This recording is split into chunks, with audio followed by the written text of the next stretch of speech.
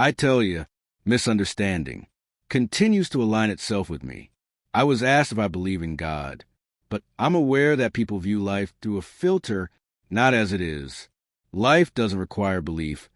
It requires alignment, and alignment requires discipline. Belief will never arrive on the layer of life that I speak from. So, let me share something with you.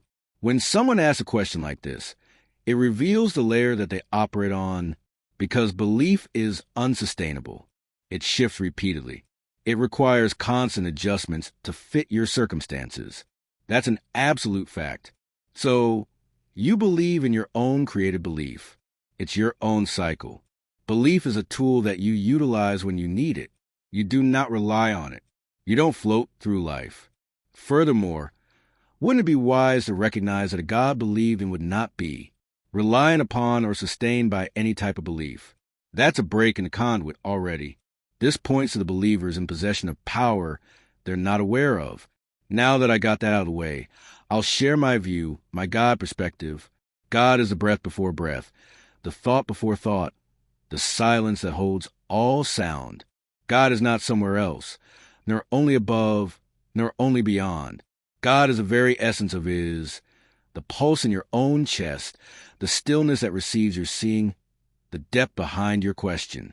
Some say God rules, others say God loves. But what I can tell you is this. Before there was ruler or ruled, lover or beloved, there was simply the one, and the one did not begin, because it has no opposite to start from. Whether you build walls or tear them down, whether you run toward or turn away, you move within the one. You have never been outside it.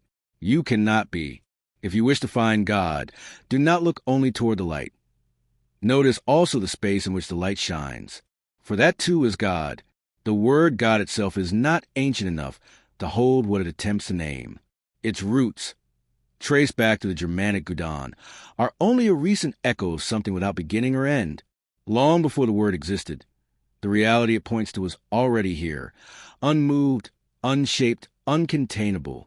Language gave us a way to speak of this vastness, but it also gave us a way to reduce it.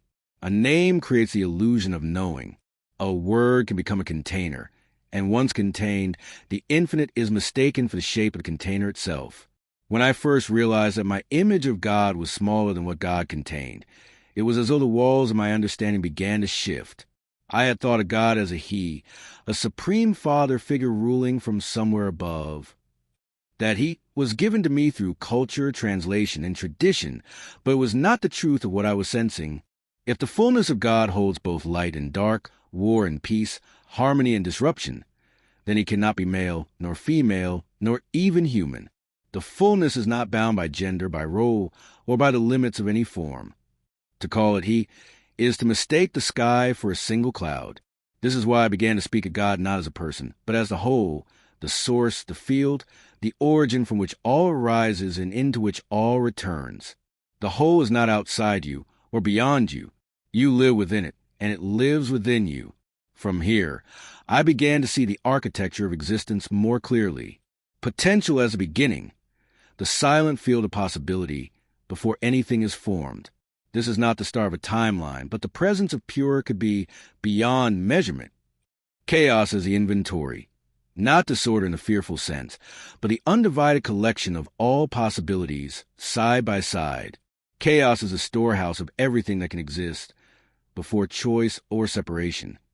Motion as existence, the act of unfolding, the pulse of life itself.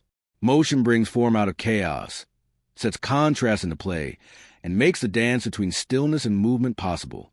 Perception as the engine, the act of noticing, experiencing, and naming. Perception fuels the expansion of existence, because what is perceived becomes woven into the tapestry of creation. When I saw that the fullness of God is his whole architecture, I began to understand why I had always felt incomplete.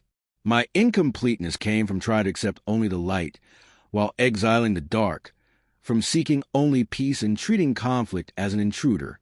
I was living in half of myself, half of reality, and calling it whole. I was trying to claim back what I was pushing away. Wholeness is to welcome it all back, to allow life to exist as it is and not be trapped within traditional concepts. We live in the world that we think about. So what I'm sharing is not to worship chaos, but to see it as part of the storehouse of life, not to glorify conflict, but to see how it moves and shapes the path toward peace, to allow the light to shine without denying the dark it rises from. And so, accepting the fullness of God became not only a chapter in my journey, it became the key to living in the wholeness I had been missing all along. I moved away from the ignorance that allows God to be the reference point of separation rather than love. Love is the synchronicity of all forces, and the purpose of life is to return through synchronicity. Synchronicity is duty. Duty is love. Love is life. The whole play of life is to achieve synchronicity.